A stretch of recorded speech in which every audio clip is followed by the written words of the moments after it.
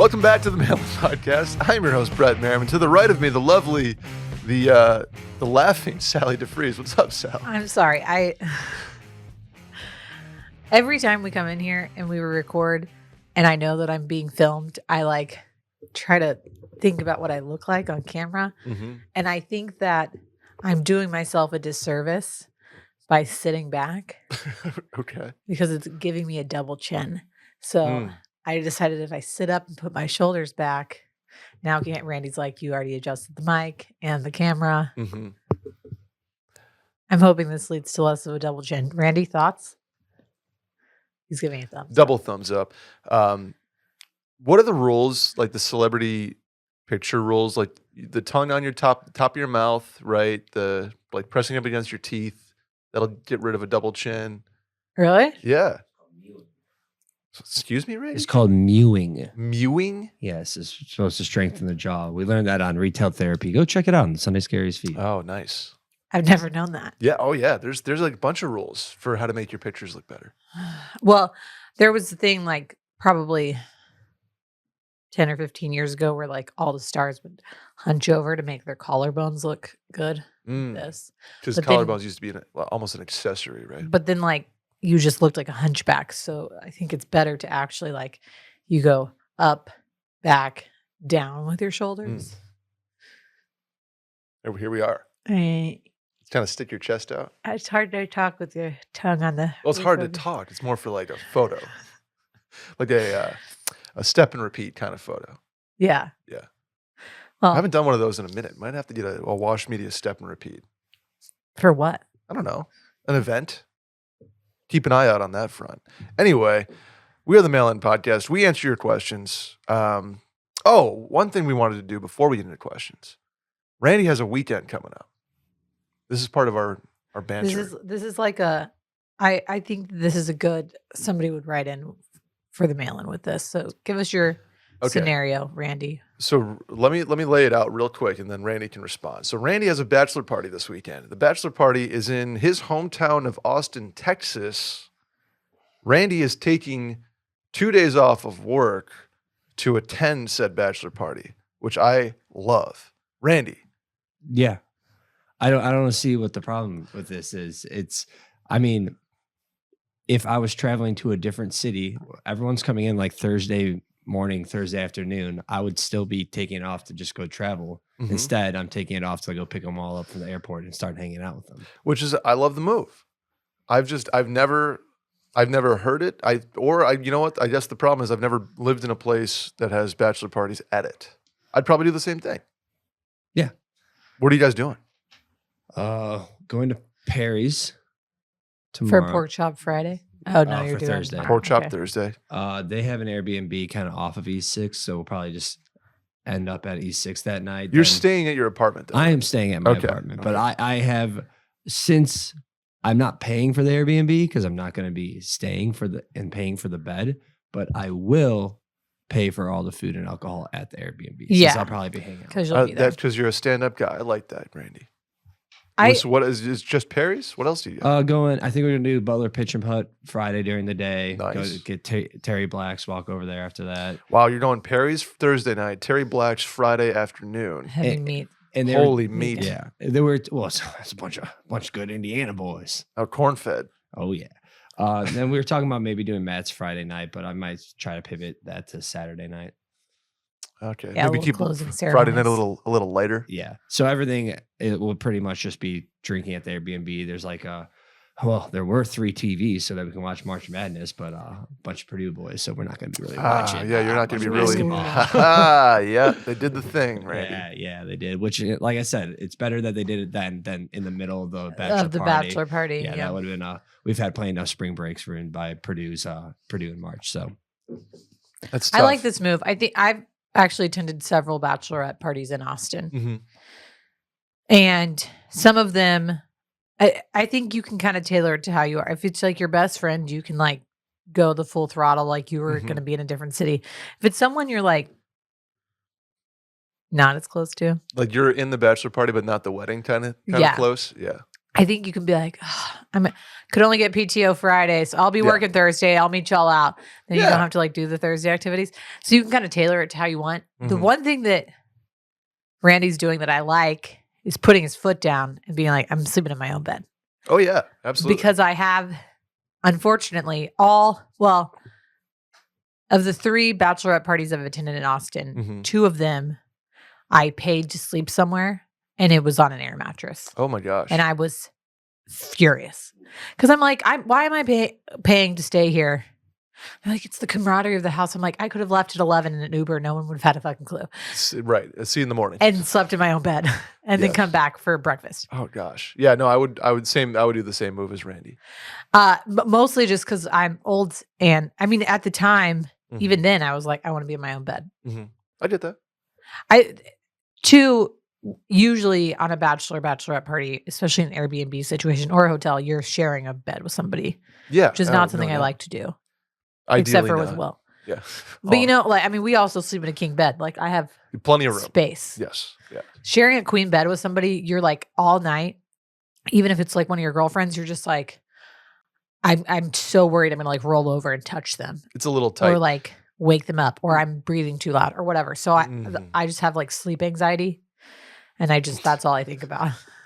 I have sleep anxiety about waking the other person up. I get that. That's why I was bad at shacking when I was like younger. Oh, because I would be like, like, what if I touch them in the middle of the night? Like, what if I'm snoring? What if like I have bad breath? Like, it was too much.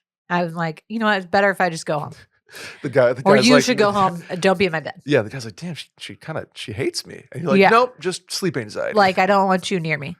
And then there's always like the next morning, like, should we be spooning or are we like, or do they not like me? So I'm going to like hover in the corner of my bed. Yeah. And you're kind of like a quick exit. I was never much of a shagger, but when I was up at like 5:15 in the morning and just like eyes wide open, wide awake. I'm like, when am I gotta Have you ever had someone pee in your bed? Nope. Have you? Yes. I did. Yeah, I did. I think junior year of college. Maybe it was sophomore year. Sophomore year or junior year after ACL. We had friends staying in town with us. One of my roommate's friends from her hometown. And one of her guy friends and I had a little thing. ACL fling. Nice. And he peed the bed and I like pretty much never talked to him again after that. Oh no. Did he make up for it? Did he? No, he like he basically like totally denied it. We were all like, like he blamed it on you? No, he just was like, I don't think I did that. We're like, You woke up in a puddle. What? Yeah. Oh my God. I have spilled like a full glass of red wine on a couch at like a new Flings place before. That's been a fun one. I spilled an entire beer over a Flings computer. Oh my goodness. And somehow got out of paying for it. I don't know how I finagled that. Look out for Sally and I on the dating trail, man. We're out to ruin lives. Better that I'm married. Yeah. After that, I wasn't allowed to bring beers into bed anymore while we were watching TV on his laptop. Oh boy. Yeah. Not good. He couldn't do schoolwork for like 2 weeks. Oh no. Well, now we're going to try to give you advice on stuff. Because that's what we do here at the MailIn Podcast. Because we're not sloppy. Because we're not sloppy. We were sloppy. We were, and now we have the experience to not be sloppy. To impart to you so that you're not sloppy. No glasses of red wine on white couches. No longer my thing. Please tell a friend about the pod. Send some clips. Subscribe to iTunes and follow on Spotify. Hit the hotline number 888-362-MAIL. That is 888-362-6245. Or write in at the link in the Twitter bio at MailIn Podcast. Hit up the store and hit up the YouTube to see our faces in lovely, lovely 4K HD. All the. I just want to say that my hair does not look good right now. Okay. Because I'm getting my hair cut literally after we record. No way. So I wasn't like going to put forth the effort of like making it look good or even washing it because I'm about to go get it done. Well, I can't wait to see it. So apologies to everyone who's watching on YouTube or when you see this clip and you're like, whoa, Sally gave up. Anything about my hair that you? Anything? No, your hair looks great. I think my hair does No? not today. It's quite frizzy. A little shorter or anything? Oh, did you get a haircut? Oh, yeah. I famously don't notice when people get haircuts. Will gets one like every 3 weeks, and I never say anything. It has the office rattled. I come in, they're like, you look so much younger. Like, where's your little flippies in the back? I didn't even Yeah. notice. Okay, well, Sorry. you can do the question if you want. You look great. Okay. Thanks. Are we starting? Yeah. Okay, hold on. Okay.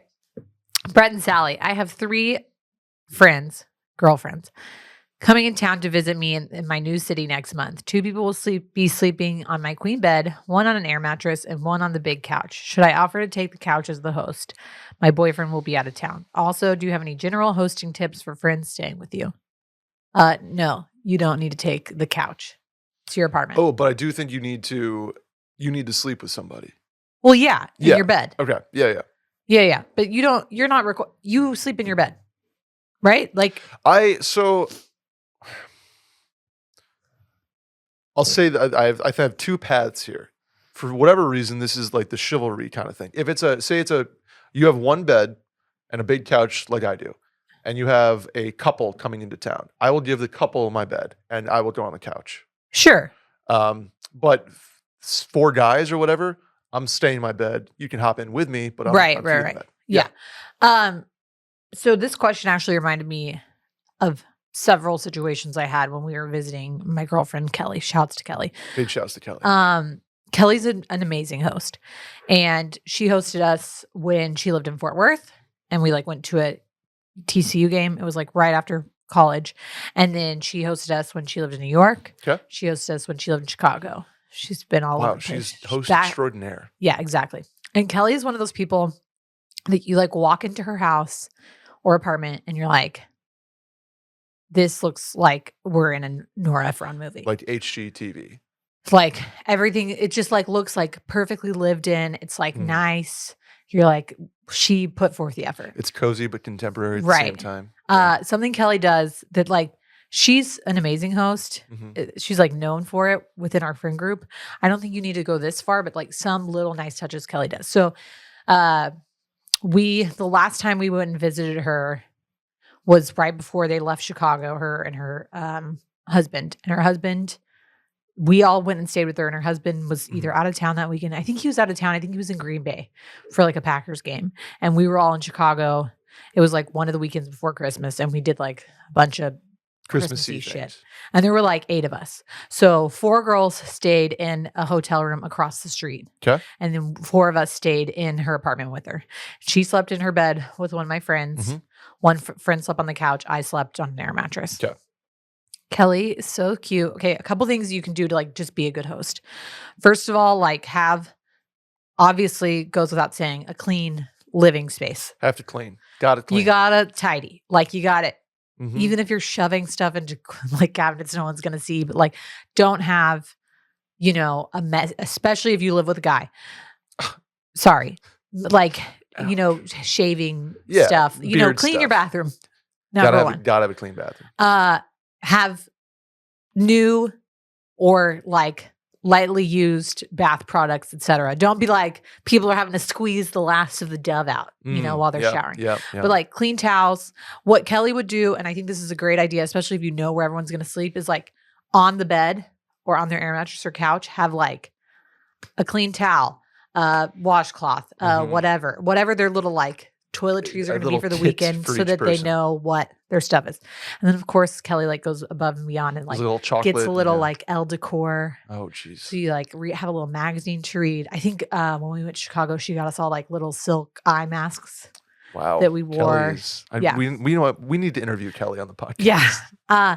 And then, so that is always a really nice touch, is just you walk in, the air mattress is made for you. You've got a towel on there ready to go. So you don't have to go searching for it when you want to shower. Mhm. Yep. And then have you don't have to have a stocked fridge, but just have Yeah. some things. Usually a good amount, I would say, is drinks.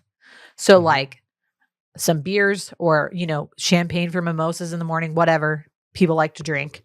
You don't have to like fully blow it out like it's a bachelorette party. Just have a couple things, some sparkling waters, some whatever, and then have stuff for breakfast. Because likely if they're coming in town, you're probably going to go out to lunch. You're probably going to go out to dinner, Right. but you're probably going to hang out and have breakfast there. So like have some eggs, stuff for like maybe some bagels, whatever. Mhm. This is an important thing for me when I have people over because I fast in the morning. So I Yeah. never eat breakfast at home. So Right. when people come over to stay over or I host or whatever, I have to go out and like buy breakfast food that you breakfast don't things. normally have. I don't drink coffee either. I'm borderline like I need a coffee maker because people are like, "Hey, do you have anything Yeah. for coffee?" I'm like, "No, but I should. I did why I should." Think about what you would want if you were staying somewhere. And Mhm. if you are one of the people who doesn't drink coffee or doesn't have breakfast in the morning, think about like what a general person would want, Right. you know? Yep. Another thing I'll say is if I'm hosting people, I like to be the first person up and kind Yeah. of set the tone as far as like get the morning going kind of thing. Like some people are 9 o'clock people, some people are 7 o'clock people.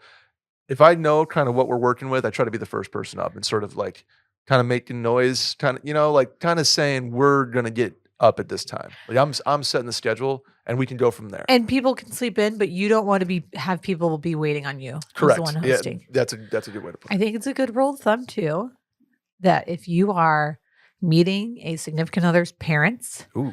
or staying with a significant other's family, it's always a good idea to not be the one sleeping in. Yeah. Yeah. Maybe that's old fashioned of me, and probably Will's mom is listening to this right now. It's like, you slept till 10 last time you were there.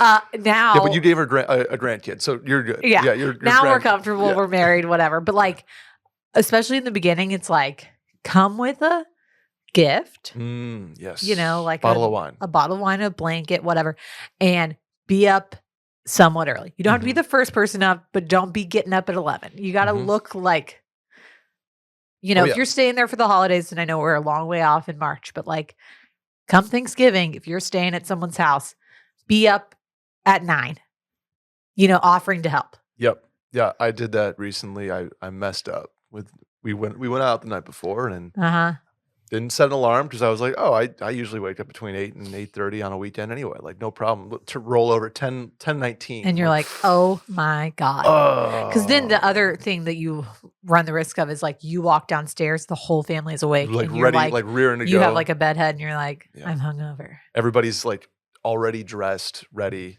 Yeah. It was Sorry, not that good. took a turn from the hosting, but that's just a It did. general life tip. Any other general hosting tips? But just answering this question quickly. You don't have to take the couch. Maybe if a couple's in town, that's a little different thing. So you just make sure you're sleeping with somebody. In your bed. You're not like my utilizing- bedroom, my space, get out of Yeah. there. Like invite someone to share it with you. Yep. All right, great. I don't have a good transition for Butcher Box. So Well, you could stock your freezer with meat and then grill at your place. you could. And if you want to do that, boy, do I have a service for you. Butcher Box, because premium meals don't have to come at a premium price, Sally. Butcher Box provides you with the best meat and seafood on the planet. So you can whip up quality meals on your budget. I'm a quality guy. I'm a price guy. When I'm at the deli, when I'm at the store, you name it, I'm looking for quality at the right price. I'm willing to pay a little bit more for good quality, but I don't want to go overboard, Sally. I don't need A5 Wagyu from Japan. I'm good with just a nice New York strip. Good to go. And Butcher Box does that. I've been cooking at home more as well. And Butcher Box has been the catalyst behind that. Saying, okay, well, if I have this meat in the freezer, I have this shrimp in the freezer, I have these scallops in the freezer, lobster, chicken, pork, you name it, Butcher Box has sort of inspired me to explore that culinary side of myself that may have been lacking in early adulthood. I'll put it that way. What's your favorite cut of meat right now, Sally? I mean, I'm really into just like a fillet currently, like a nice at-home steak. Nice at home. Maybe Randy will do that on Thursday. Yeah. Who knows? Am I invited, Randy? Probably not. Probably not.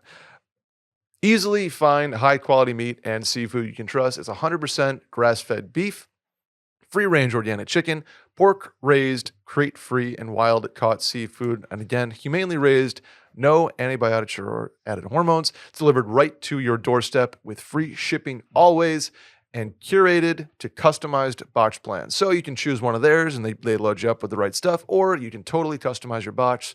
You name it. So here's the deal. Get free chicken nuggets for a year. I have been seeing this deal on Instagram, knowing that they're one of our sponsors. And I'm like, that's a screaming deal. Because your girl loves chicken nuggets.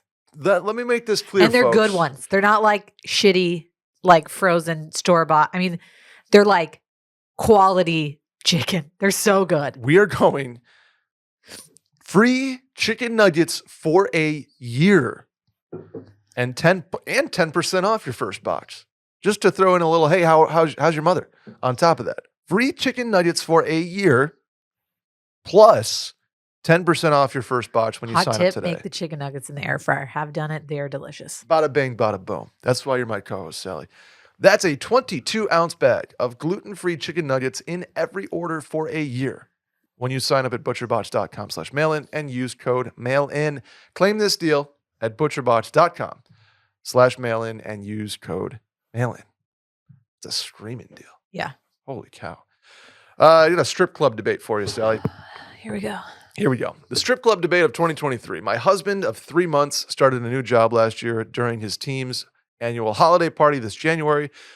His boss got the entire team hotel rooms and no spouses were allowed to go. His boss didn't know, but I was in the car when his boss said this to him on the phone. They all went out partying for the evening. Eventually, all but 3 team members went to the strip club, and my husband went back to the hotel with the other 2 to drink at the hotel bar.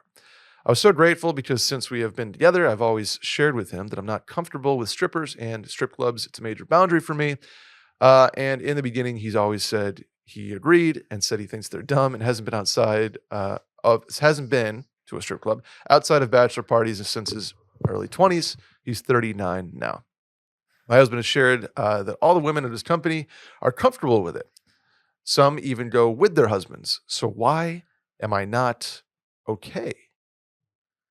I think we both know eventually he's going to get pressured into going with his team. I believe that this is entirely unprofessional and an HR nightmare, and that when you're married, there is no circumstance where it is appropriate for another person to be naked, dancing, flirting, and touching you.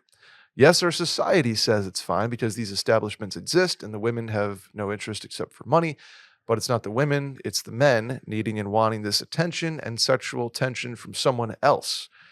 I know he has done nothing wrong and has respected me to this point, but he is really questioning it with all the influence from his work.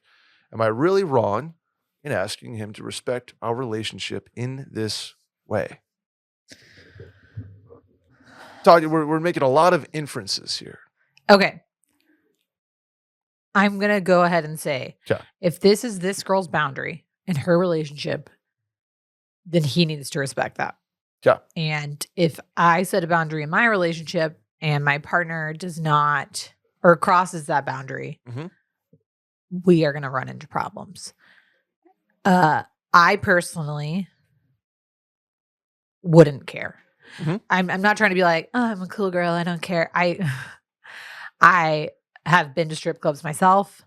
I know Will has been to them. I don't know when the last time he went to a strip club was, honestly. And I like, if he goes on a bachelor party, I'm going to be like, okay, like, don't get a lap dance, please, in a private room. That's probably a pretty good. I think that's a good boundary. But if you're going with your boys, like on a bachelor party, I'm going to be like, do you? Don't cheat on me with the stripper. But like, whatever. Do you? Like, I went to the freaking Magic Mike show in Vegas. The guy like thrusting in my face. Like I think stripper culture is really interesting because I think people have really strong opinions about it one way or the other. Some people are like, it's completely harmless, don't think anything of it. But it kind of goes back to me of like, you have to create your own boundary. You have to decide what you're comfortable with. Like strippers, porn, following like models on Instagram, like all of those things. Like I trust my partner. I don't think that Will's ever going to be like DMing someone or going to a back room with a stripper. So I don't really care. Also, I don't think Will has like been to a strip club since we've been married. Mhm. Maybe he has. I don't know. So for me, that's not a problem. I think the bigger red flag for me is the workplace. Like, Yeah, we're going multiple times. And I pared this question down, to be frank. And like there's another instance of the boss taking everybody to a strip club again. it's funny that, I mean, I know that in 2023 we're like very PC and, you know, but I think that this can become pretty problematic in a workplace. I think that's Yeah. for me the bigger thing. And I know that I work a very probably traditional medical job. Like, I mean, no one in our company's like, okay, just slang some anesthetics. Let's go hit the strip Let's club. go hit the titter. Yeah. Yeah. But I can see why this is like more of a thing in like a sales job or something like that, where like the team camaraderie matters. But I think that there are better ways of going about this. And the way that I read the question is more like the boss is taking the guys. Like, what are the women in the company doing? Like, that's creating like a kind of weird scenario for me. Agreed. Yeah. I think as a wife, I would have a bigger problem with that. I like if everyone at Wash decided to go to a strip club and like leave intern Callie and like me at home, I'd be like, this is kind of awkward. Yeah, like and absolutely. pretty inappropriate. Yeah. I totally agree with you on this, where it's like, if this is a boundary that you have set forth in your marriage, then I'm not going to care enough about going to a strip club to break that boundary. I think that's Right. crazy. Now, I also agree with you that like I'm not a strip club guy. If my Yeah. significant other wants to go to a strip club, I'm just go for it. I think she might have a little bit of a movie view of a strip club where it's like everybody who walks in gets, a naked lap dance in a private room. Like it doesn't happen like that Yeah. unless you really want it to. Yeah. And you can kind of wave people off and just say, no, I'm here to support my buddy Greg, Yeah. who's going through it. Yeah. Like, there's different tiers of strip club participation. It sounds like husband is not a strip club guy. Correct. And he's basically saying, well, I But can't I'm keep trying saying to no have because camaraderie with the team. if 7 guys in my company are going with my boss and I'm the only guy who's not going, I feel weird about that. Right. And so maybe that's the discussion we have to have here is like, well, if it's about job and camaraderie and then you're going to get made fun of for not going, and like that's a workplace issue. We're not saying Right. that's okay. But that's kind of the root here that I think they're trying to get to, where he's like, hey, listen, I'm not a strip club guy. I'm not going to touch anybody. I'm not going to look, I'm going for the wings. I'm going to sit at the bar. Yeah. But like, if by not going, he's lowering himself on that social totem pole, then it's a problem. Well, it's a problem because it's a problematic workplace. Right. I don't mean it's a problem. Right. No, I know that's what you're saying. Anybody who's struggling with this in their relationship, and you said it perfectly, like, you're not a strip club guy. I think knowing my like guy friends, knowing Will, knowing his friends, there are the strip club guys. There's like the 2 guys who always go on a bachelor party, like sometimes by themselves. And then there are the guys who just like are like, I'll go if everyone else is going. Like, right. whatever. I'm not going to stay at home. Yeah. If there's like 19 if of we're us all going for so-and-so's bachelor party, like I'm not going to like not go. Mhm. But then they're like the 2 guys who are always leading the charge, Yeah. And thankfully, Will is not that person. I think I would have a problem with it if he was that person. Like that to me is like, why do you need to be the strip club guy? But that being said, if I had said like, I am not comfortable with that, I don't want you going, I would hope he would respect that and Mhm. respect me. I think every relationship is different. I think it is important for your spouse to respect that boundary. I think the bigger issue here that they need to dive into is like, what's up with the workplace that this is like such a thing. Agreed. And she mentions just one thing. She says, it's not for the women, it's for the men needing and wanting this sexual attention and tension. It's like, maybe there's that one guy who wants it, but Yeah. that's a generalization that does not exist for every Right. guy. Like And that is myself, not being a strip club guy, doesn't get me going. Right. Yeah. And that's so your husband can very much fall into that category of that does not get me going. His struggle is the social Right. workplace aspect here. He's Right. like, well, if I keep not going, I'm lowering myself on the totem pole socially at work, which is a problem. Don't get me wrong, but that's like he's not in it for the TNA, if Yeah. you will. So I don't really know. I mean, I agree with you that boundaries are important, and if this is a total no-go boundary, then gotta respect it, and we'll figure out the workplace and situation. But I'm also saying that he's not trying to go hook up with a stripper. Correct. Hey, Brett and Sally, longtime listener, but I'll get right to it. I started seeing this guy about 2 months ago. We immediately hit it off, and things have been going extremely well. We get along great, and it seems to be going somewhere. The problem, he's getting a new puppy in a month, and I am not a dog person. I was never around animals growing up and generally uncomfortable around them. He knows I don't like dogs, but keeps telling me I'll love his dog. I want to give it a shot, but I'm afraid I'm going to grow to resent this puppy for ruining my new relationship. Any trips for trying to become a dog person? Wow, sorry. Or should I break it off before we become too attached? Thanks in advance. Keep up the good work. Okay. I admittedly am a dog person. So this is kind of coming from a place of two dog people trying to explain dogs, yeah. which I get is a weird thing. But I don't think you can let the prospect of a puppy ruin like a relationship with a person. And I don't think I agree. And I don't think that you should put your own prejudice onto someone and like not allow them to get a dog.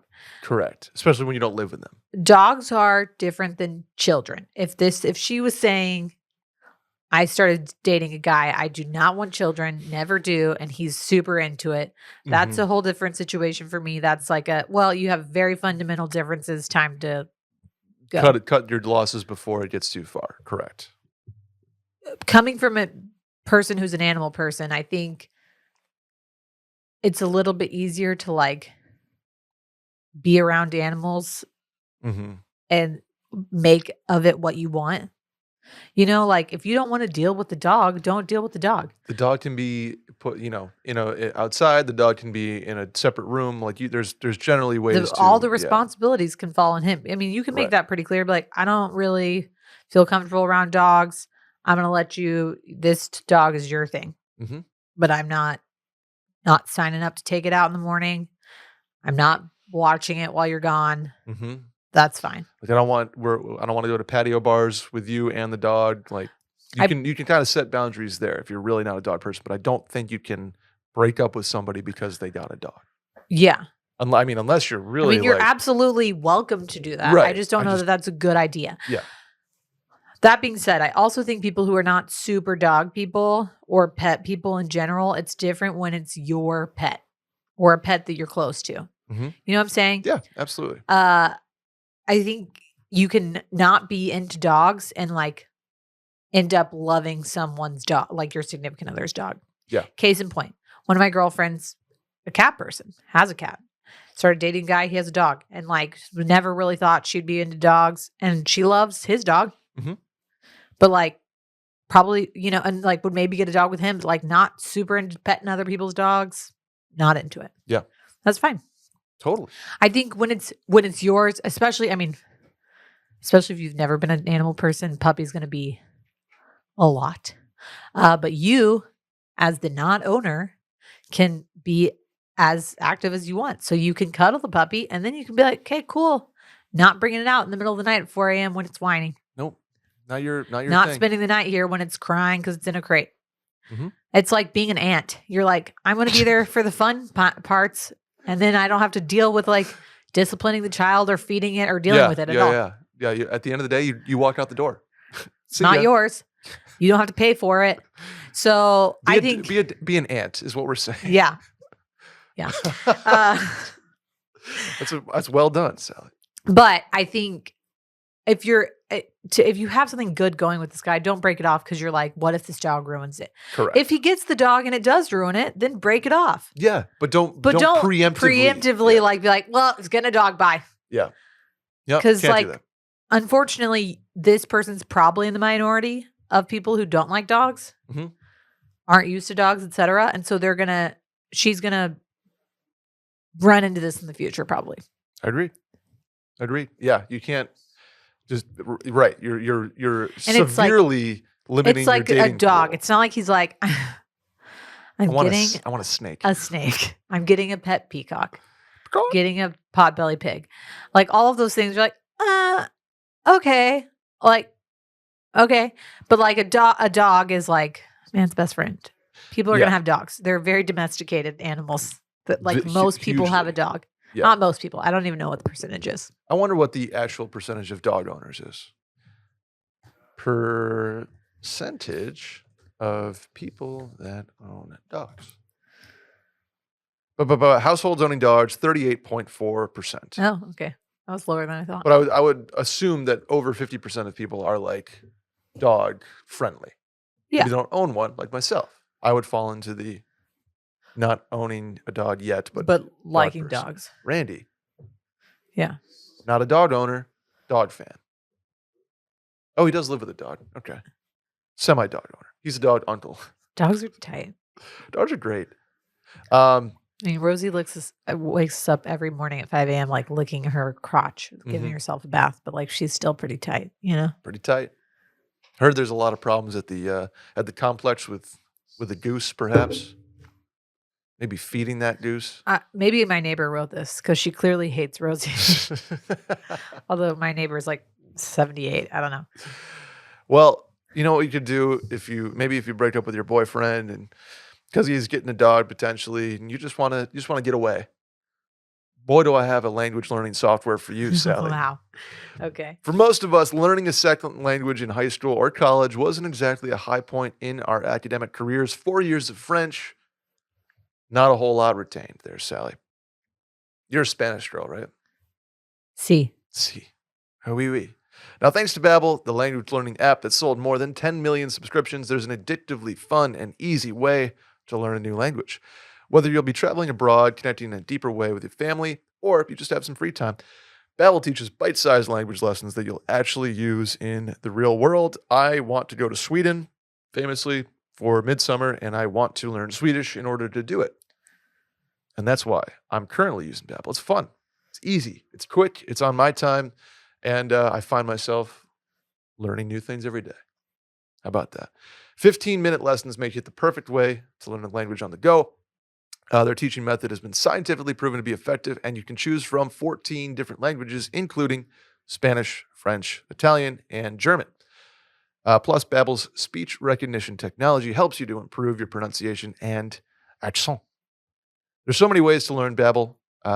In addition to lessons, you can access podcasts, games, videos, stories, and even live classes. Plus, it comes with a 20-day money-back guarantee. So start your new language learning journey today with Babbel. Right now, get up to 55% off your subscription when you go to babbel.com/mail. That's babbel.com/MAIL for up to 55% off your subscription. Babbel, language for life. This also today is brought to you by Liquid IV, Sally.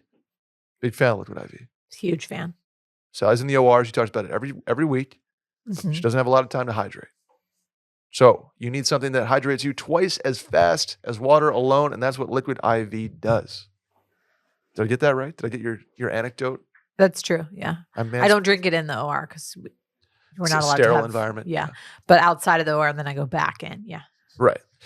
Liquid IV in one stick of Liquid IV in 16 ounces of water hydrates you twice as fast and more efficiently than water alone. It contains 5 essential vitamins, B3, B5, B6, B12, and vitamin C, with 3 times the electrolytes of traditional sports drinks. It's made with premium ingredients, non-GMO, and free from gluten, dairy, and soy. Liquid IV is also on a mission to change the world. To date, Liquid IV has donated over 36 million servings in 50-plus countries around the world. I'm a Liquid IV guy in the morning to rehydrate. I'm a Liquid IV guy after hockey to rehydrate. I am a Liquid IV energy multiplier guy in the afternoon when I need a little pick-me-up. And I am a Liquid IV immune support when I'm feeling maybe a cold coming on or maybe a particularly heavy allergy week. Liquid IV's got me covered in a million different ways. That's only 4, but I'm sure there's a million if you really dig into it. Yeah. You know what I mean? Favorite flavor? Currently Concord grape. Yeah. You're on the Concord grape train. I love it. I'm a pina colada guy myself. So if you're trying to get on the Liquid IV grind like we are, grab it in bulk nationwide at Costco, or you can get 20% off when you go to liquidiv.com and use code MailIn at checkout. That's 20% off anything you order when you shop Better Hydration today using promo code MailIn at liquidiv.com. How about the next one, Sal? It's you. It's You're me. Ethan. Oh, sorry. Hey, Brett and Sally. Sorry, this is a long question. Am I, in parentheses, 23-year-old male, am I the asshole for not going to my nephew's 5th birthday party? Oh boy, here we go. For reference, I work a night shift as an ICU nurse, and I only had 2 days off to attend said party. I already missed the party, and it led to a huge argument between my sister and I, but I did send a gift to their house. My sister was not open to anything other than me attending the party she had planned, even though I offered several alternatives to fit both of our schedules. I live 5 hours away, and it's difficult to see my entire family right now, but I feel like I've made the effort to see my nephew, who is my sister's son, while she does not. So, am I the asshole for skipping the party to take care of my own shit and maintaining my night shift routine? And how do I have the conversation with my sister to salvage our relationship, but also let her know that her demands for me showing up are a bit ridiculous? Love you, Brett and Sally. P.S. Sally would love some advice for getting into/through CRNA school. Hit me up in the DMs. I'll talk to you about CRNA school. Shots. No, you're not the asshole. Absolutely not. That's If outrageous. this was in the same town, Yeah, then we got to make something happen. even then, I mean, it's a 5th birthday party. Who cares? Yeah. I mean, no offense. Like kids, I have a kid, and kids' Mhm. birthday parties are stupid. Like Fritz is having a birthday party in a couple weeks. You're both invited. Am I Shots. gonna get my panties in a wad if you don't come? No. Like, I want some people to be there to celebrate, Sure. but like it's Yeah, if Will doesn't show up, it's a problem.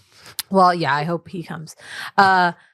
Honestly, first of all, it's 5 hours away. So you're not going a 10-hour round trip to go to a 5th birthday party. Correct. That's Like insane. the first birthday party as a family member, I think kind of matters more of like a celebration of the parents, like getting through the first Yeah, year. you did a year. It's for that one's for the parents. The kid gets to smash his cake up. It's fun. I don't Everybody's- even think we were invited to either of my niece's 5th birthday parties. At this point, like we got invited to like year 1 and maybe the Mhm. first couple years when like they didn't have like classroom friends. Sure. After that, they're like, Yeah. you're not invited. We're having girls over and like having a puppy party. And I'm like, I want to come to the puppy party. And they're like, too bad. There's not room for you. We didn't Yeah. get cake for you. Like the sister is being absurd. Also, Feels like there's a little bit there's something deeper. there's something deeper, and like maybe she was upset because other people didn't come and she's misplacing it on you. But Yeah. if you have 2 days, first of all, as an ICU nurse, for people who don't know, when you're working 12-hour shifts, especially night shift, it like really F's you up to like Yeah. flip back.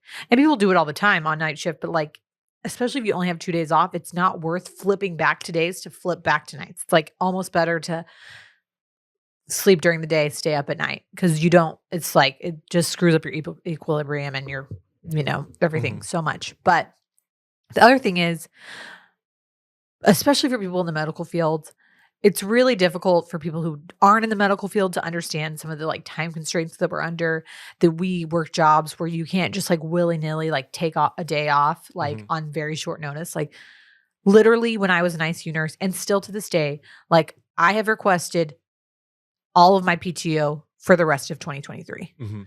And I can still like request some days, but most of them, because of the way that staffing works, you can't just be like, I need this day off.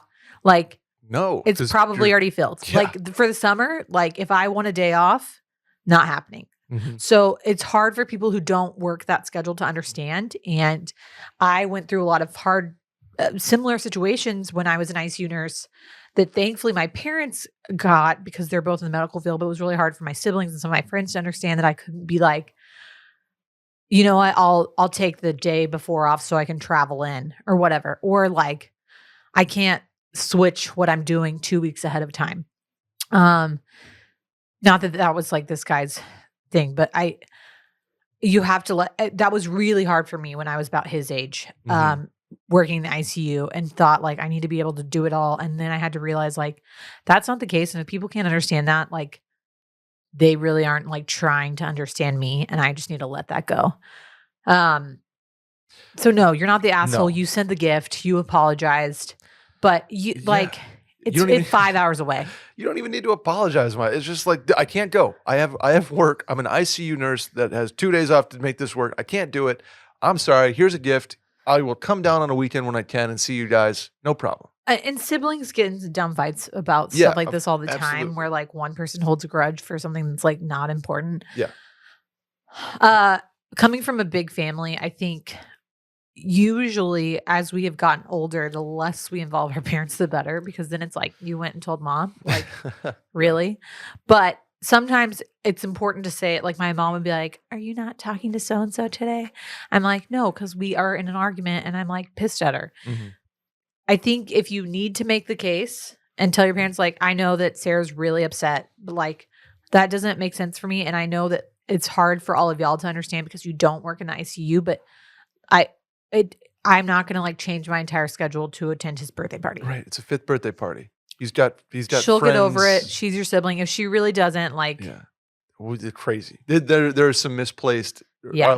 There's an underlying thing here that is manifesting in a 5th birthday I party wouldn't argument. even continue to give it any thought. But Yeah. if it's still becoming a thing like months down the line and you need to say, like, I'm really sorry.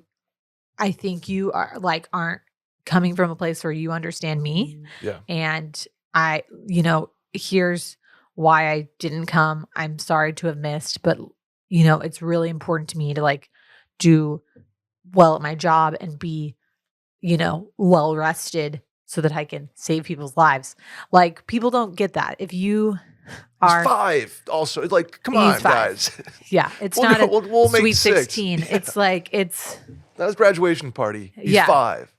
I mean, the stuff that I missed that like was actually bigger than this for working in the ICU. it's You're not the asshole. She's kind of being an asshole. Your nephew is not even close to holding a grudge against you. So He doesn't even know. correct. He cared that his friend, Chris Walker was there. Yeah. But he doesn't give a shit that you were there. Yeah, exactly. You don't make a difference in his life. No offense. But like as a 5-year-old, he wants to play with his 5-year-old friends. Yes, Not his 23-year-old uncle. correct. And you can hang out with him at Christmas or Thanksgiving. Yeah. I People wouldn't are worry crazy, about it. man. You got the next one? Yeah. We got another doozy for you. Okay. Big time doozy. Hey, MailIn crew, got a bit of a weird one for y'all. Strap in. There's some long ones today. So me and my boyfriend have been dating for about 3 years now. He checks all the boxes. He's funny, attractive, treats me perfectly. Sex life is great. His family and friends are amazing, and so on. We even moved in together a year ago, and cohabitating with him has been a complete dream. Marriage is something we have discussed, and I can't wait to make this man my husband. That was until a few weeks ago, he sent me a screenshot of a funny meme from Reddit. And on it, I was able to see his username. And curiosity got the best of me, and I went through his post and comment history and found something, well, unnerving.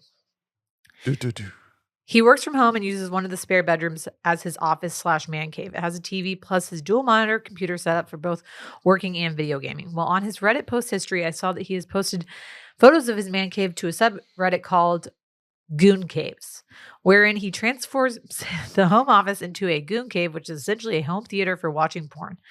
His posts feature every screen in the room playing porn, and he even hung a pornographic poster on the wall. I assume he does this while I'm out of town on work trips, just as a way to get off while I'm away, because if he did it while I was home, I'm certain I would have found out by now. Over the course of our entire relationship, both of us have been completely fine with the other person using porn. I watch it on occasion. We've even watched porn together a few times. I've never been a jealous person, and to this day, it hasn't affected our sex life, so I've never given it a second thought. But this is just so weird to me. I can't seem to shake it. It feels like it should be a deal breaker, but I'm not sure. I haven't brought it up to him, and yet I'm horrified to bring this up to my girlfriend, so I'm reaching out to the MailIn first. Should I bring this up to him? Is it even something I should be upset about? Any and all advice would be much appreciated. This is. Did you know what a goon cave was? I had no idea what I a did goon not cave was until this moment. My initial reaction to this was like, yeah, kind of weird. But then I was like, everybody's got something weird. Now, I think it's weird that he's not, like, she doesn't know about this. Yeah. He's obviously hiding it from her for a reason. They've been together for 3 years. It's been a year of cohabitating. I think she got to talk to him. I think she absolutely has to talk to him. Just be like, hey. You can be honest. I think you can literally say like, hey, when you sent me that meme, I found your Reddit username. Mm-hmm. Just wanted to see what other Reddit stuff you're getting up to. Yeah. Found this. That's not like went through your phone, saw pictures of your goon cave. Like, I think that's a fully, like, if someone sent you something and their Instagram screen name was on it or their Spotify name was on it, you'd be like, Yeah, oh, cool. yeah. What are they listening to? Oh, they love Taylor Swift. Cool. Whatever. Sweet. Like, Goon that's cave. normal. Okay. Yeah. I'm saying that's normal behavior to like see his Reddit name, look it up. Mm-hmm. I also think it's normal to feel weird about this. Yeah.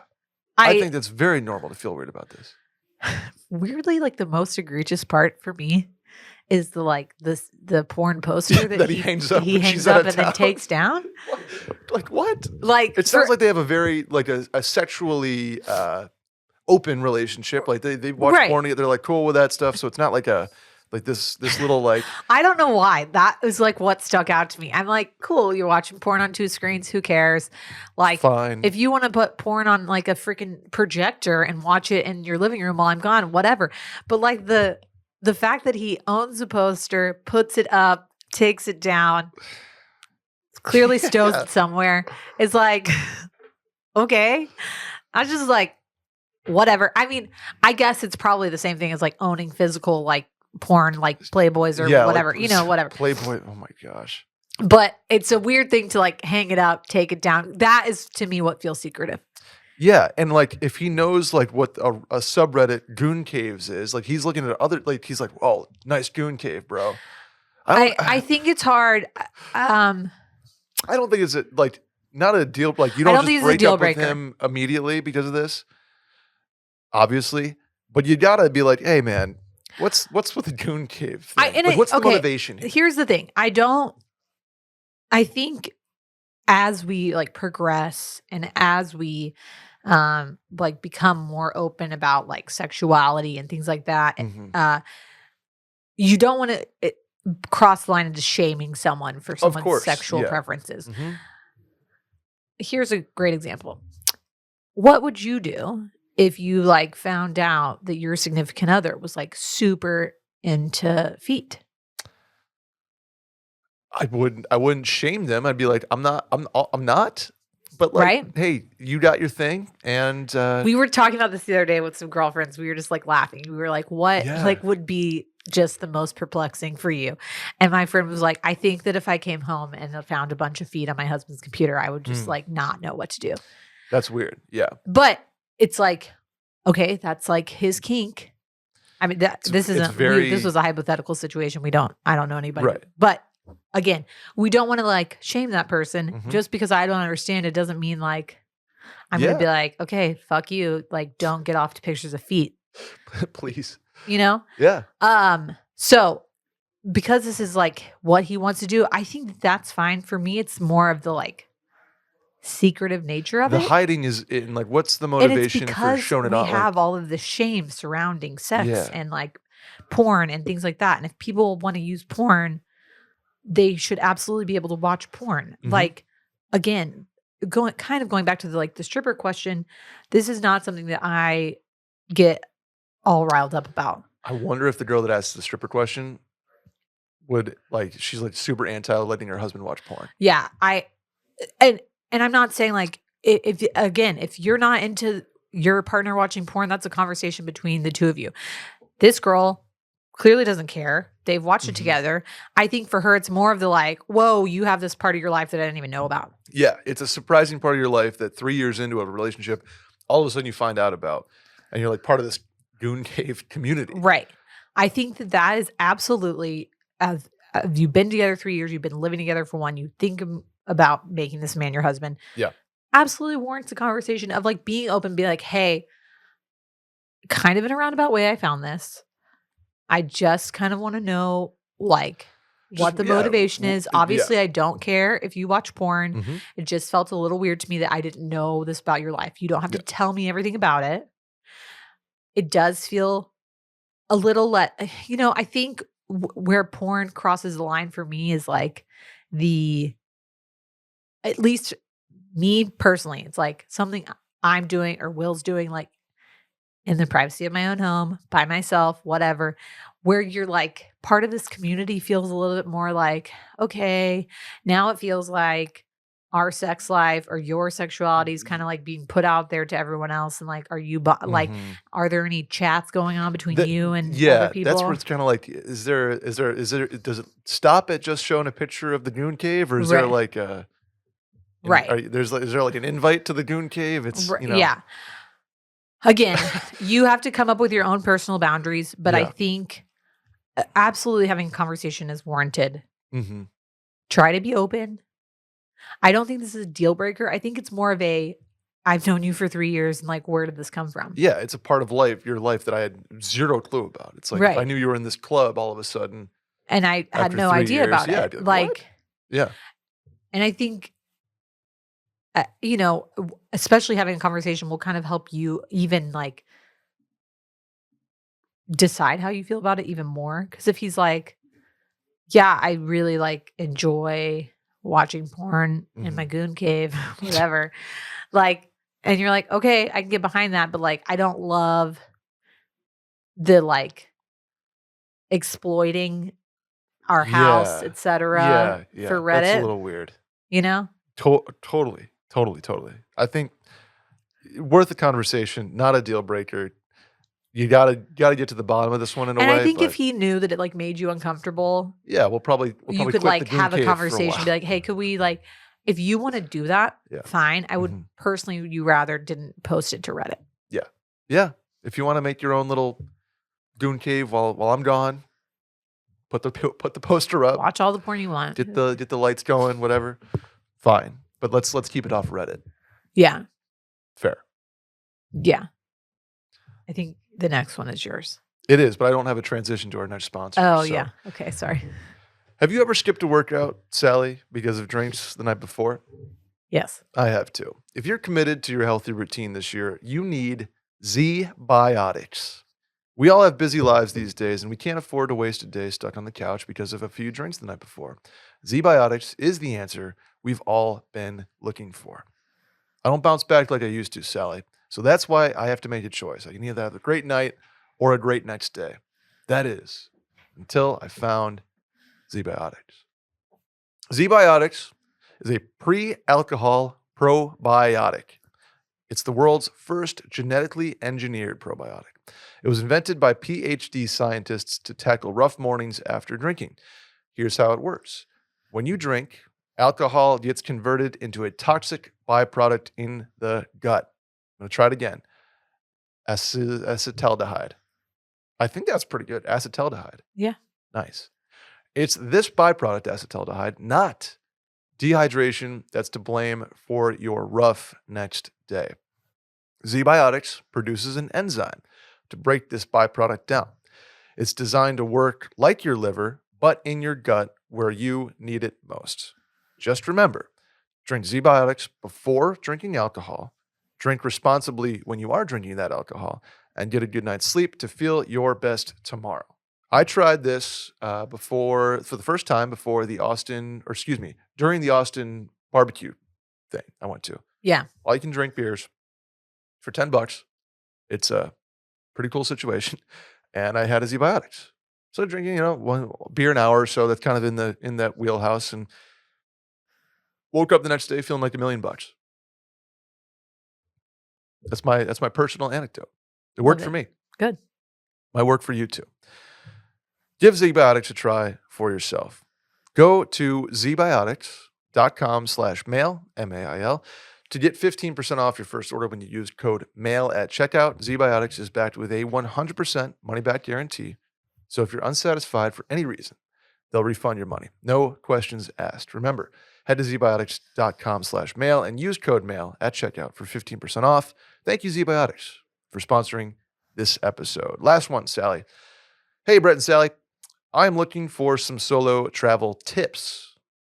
For context, I'm a 27-year-old guy planning a 6-day solo vacation in April to Los Angeles from Connecticut. Any tips on where to stay, things to do, and how to reduce the stress of solo travel? Thanks for the advice. Love the pod. Keep up the good work. So, not necessarily like a Tell me about LA, but like solo trip in general, tips. Okay, well, going back to specifically LA, it's hard to tell you where to stay because LA is massive. So Huge.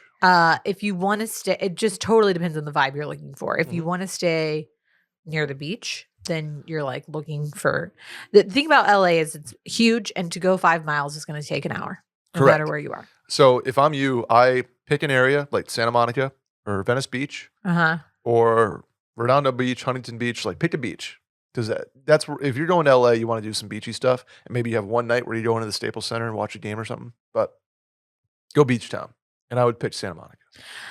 So I was going to suggest renting a car. Ooh, Personally, okay. I think that there's a lot of cool stuff to do in LA, and you can almost make like day trips out of it because, like I said, it's going to take you a long ass time to get there. Mhm. But depending on where you want to stay, pick a hotel there, and then this is if you're trying to like see a lot. So say you like want to go to Silver Lake, Mhm. right? That's the total opposite side. You're like on the east side versus being in Santa Monica. That's going to take you 60 to 90 minutes to get to, depending on what time of the day it is. Easily, yeah. So if you want to be near a beach, pick a beach town, bop around.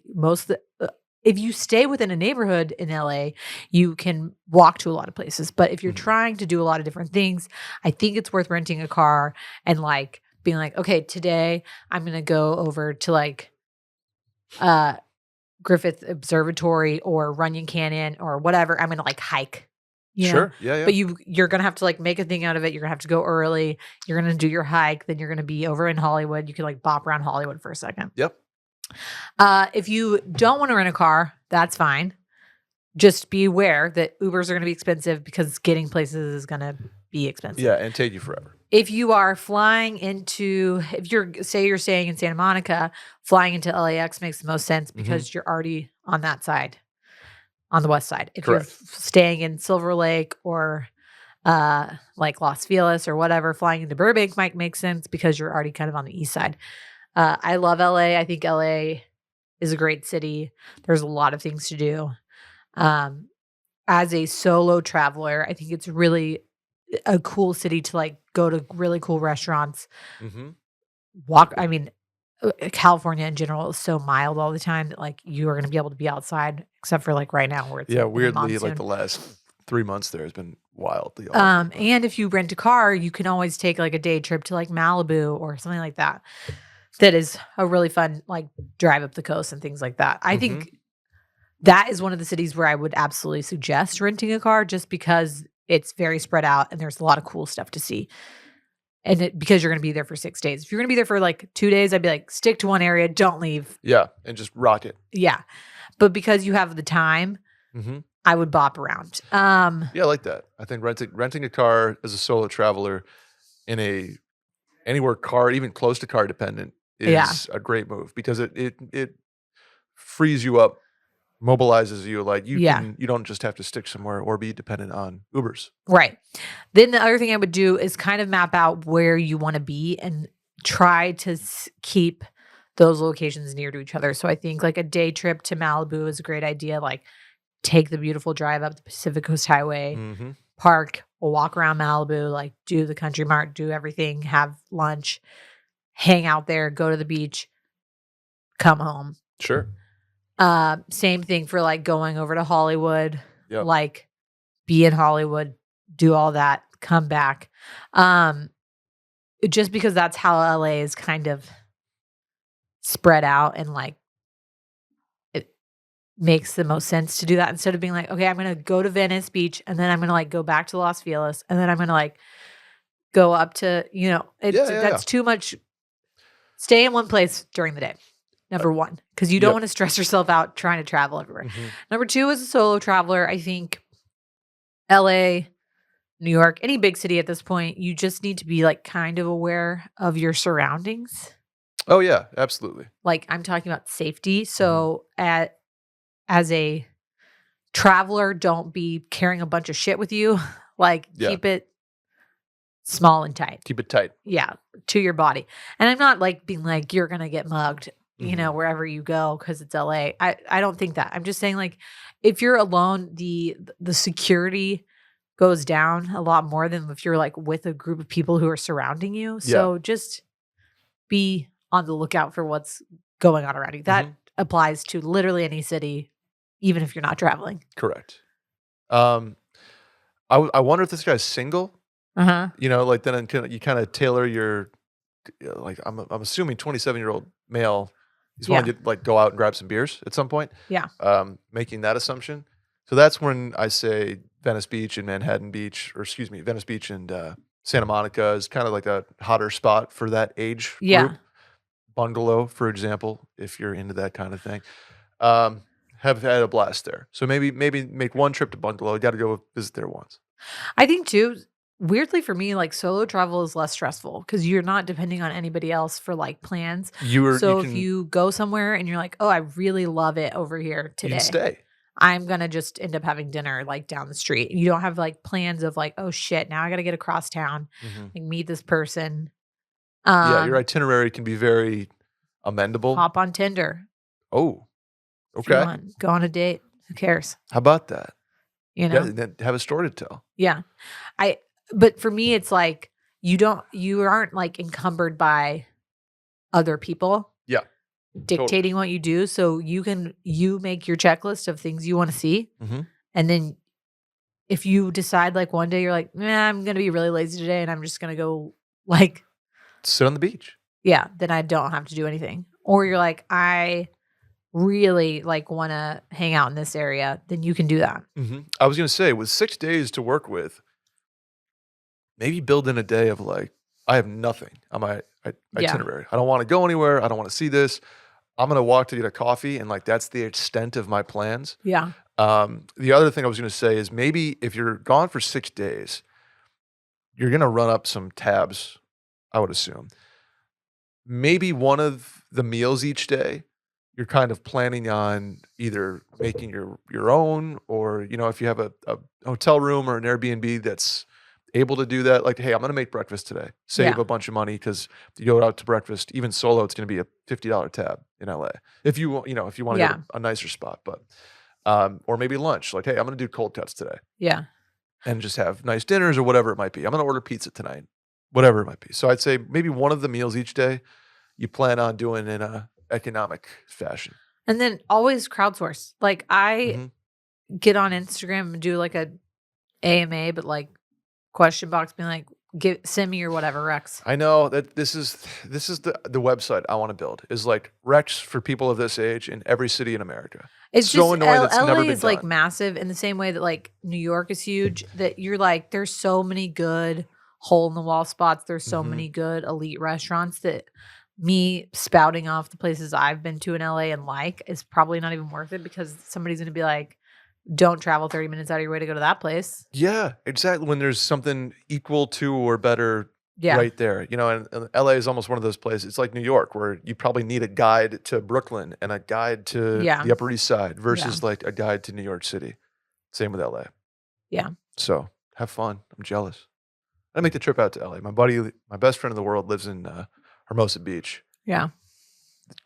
90 feet off the water. He's got a pretty cool sitch. Yeah. Anyway, that's going to do it for the mail-in today, Sally. Any shower thoughts before we bounce? Well, it's not a shower thought, more of a brag / excitement. I'm going to Taylor Swift in 2 days. Let's ride. Actually, if this is tomorrow, then I'm going to Taylor Swift tomorrow. Let's go. Little Vegas Taylor Swift, right? Vegas Taylor Swift. I got to go pick out an outfit. 24 hours, right? Tactical? Actually, less than 24 hours, 22 hours. You and Will have that trip just down. You've done it to LA, right? You've done it to Will be Vegas now. Yeah. Look at you guys. Okay. Very excited. Okay. What else is on the itinerary? Literally nothing. Nothing. Going to the concert. Sweet. She did 44 songs the other night. It's 3 hours. Oh boy. Yeah. Have fun. I've been like listening to all of her songs, just getting like really amped. Really? Yeah. Okay. Yeah. We'll have to break it down next week. Yeah, we will. Beautiful. I got nothing. Long one for you today. Thanks for bearing with us. Subscribe, rate, 5 stars, review, and tell a friend about the show. Hit the hotline number 888-362-MAIL. That is 888-362-6245. Or, again, write in at the link to the Twitter bio at MailIn Podcast. Sally, where can the folks find you? Sally deFries on Instagram and Twitter. I am Brett Merriman at Schmerriman on both those platforms, and we'll see y'all next week. Bye.